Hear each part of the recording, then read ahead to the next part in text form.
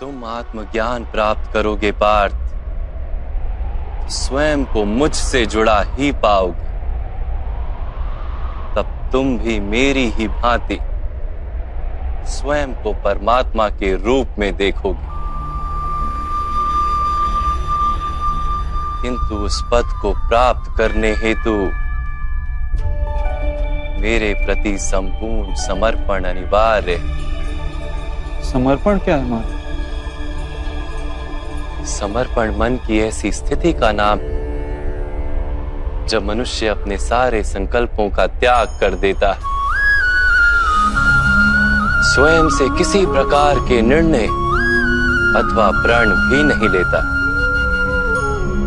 जिस प्रकार के कार्य उसे दिए जाते हैं उसी प्रकार के कार्य करता है। वास्तव में समर्पण का अर्थ होता है अपने आप, अपने मन को, बुद्धि को, ज्ञान को, इच्छा को, आशा को, अपनी भावनाओं को, अपना सब कुछ किसी को अर्पण कर देना। और ऐसे समर्पण को भक्ति कहते हैं।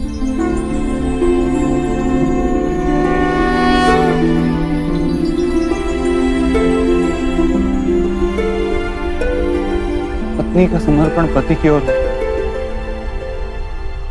एक योद्धा का समर्पण सेनापति की ओर।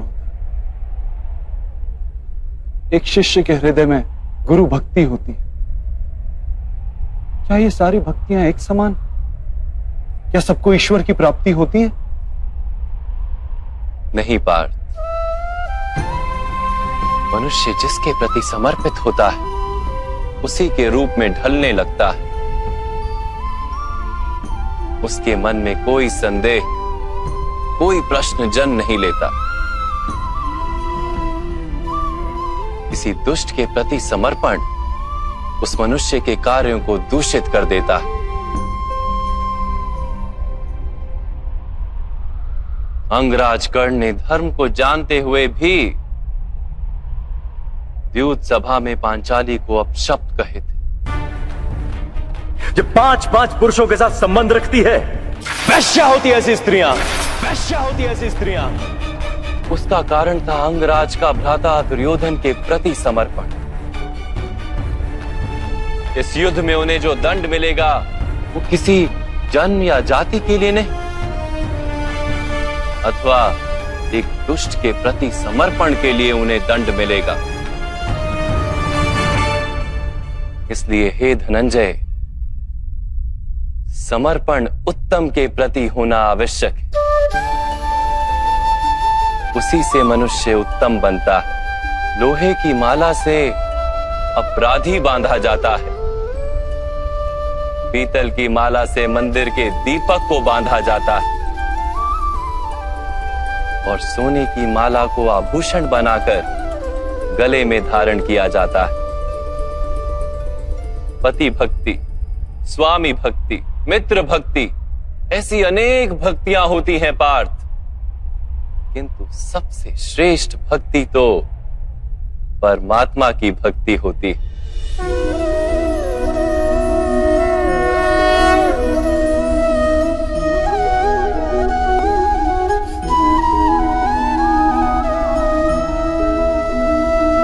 किंतु परमात्मा की भक्ति का सांख्य अथवा कर्म योग से क्या संबंध है? सांख्य योग के कारण मनुष्य स्वयं को आत्मा के रूप में जानता है। कर्म योग से वो जीवन के बंधनों से छूट जाता है, और भक्ति के कारण मनुष्य को परमात्मा के वास्तविक रूप का ज्ञान होता है।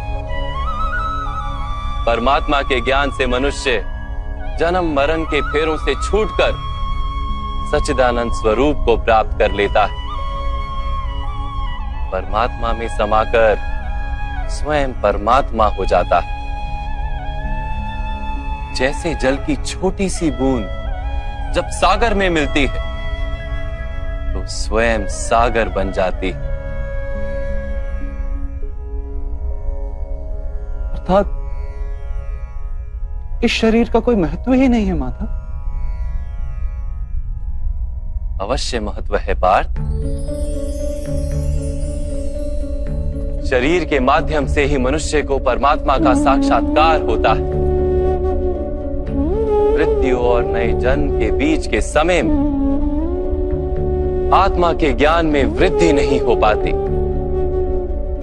इस जन्म में प्राप्त अनुभव, ज्ञान, विचार और अभ्यास को लेकर आत्मा नया शरीर धारण करती है। आत्मा की प्रगति और अधोगति शरीर में रहकर ही संभव है।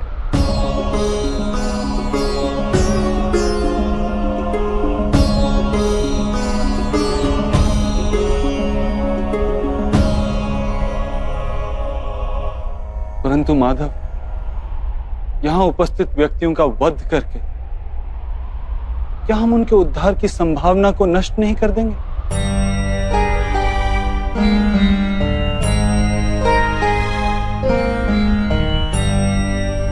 तुम्हारे शत्रु धर्म की मर्यादा को तोड़ चुके हैं पार्थ। अधर्म ही उनका स्वभाव बन गया है। उनका उद्धार अब असंभव है।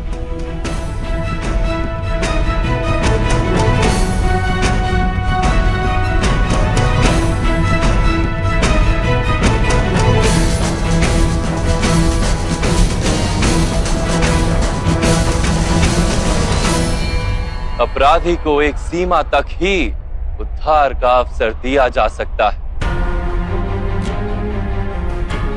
मैंने शिशुपाल के 99 अपराधों को क्षमा किया था, किंतु 100 अपराधों के पश्चात उसे दंड देना आवश्यक था। अपराधी को यदि अपराध करने दिया जाए तो उसका अधिक से अधिक पतन होता है।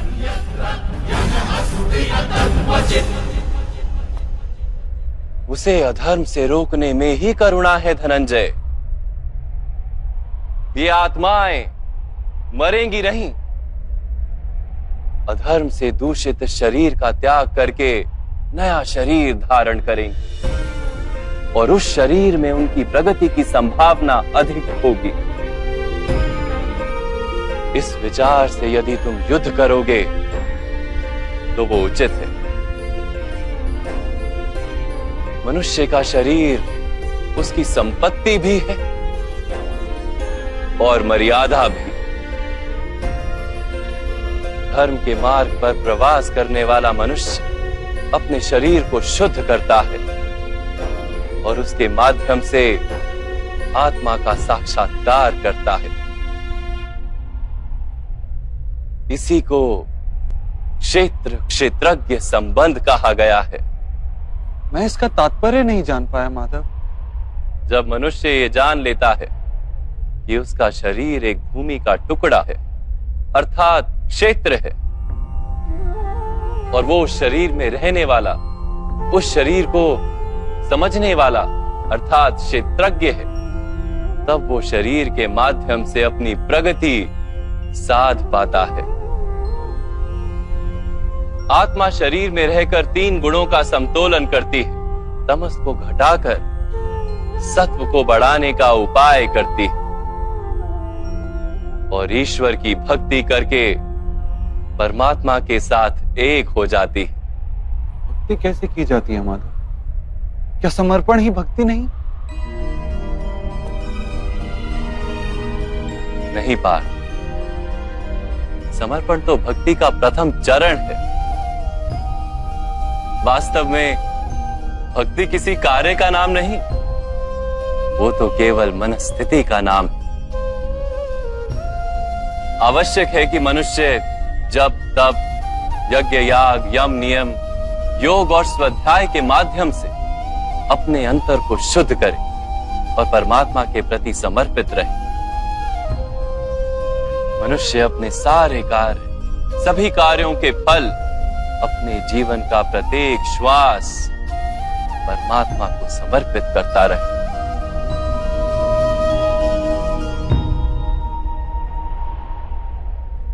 यदि भक्ति केवल मन की स्थिति, तो जब तब आदि का क्या महत्व है माधव? जैसे आज धोया हुआ पात्र कल पुनः मैला हो जाता है, वैसे ही मनुष्य का मन बार बार परमात्मा से विमुख हो जाता है।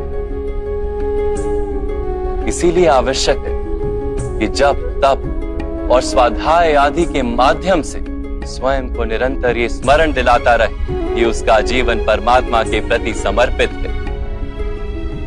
किस तट पर डुबकी लगाई जाए इसका महत्व नहीं, महत्व है डुबकी लगाने का।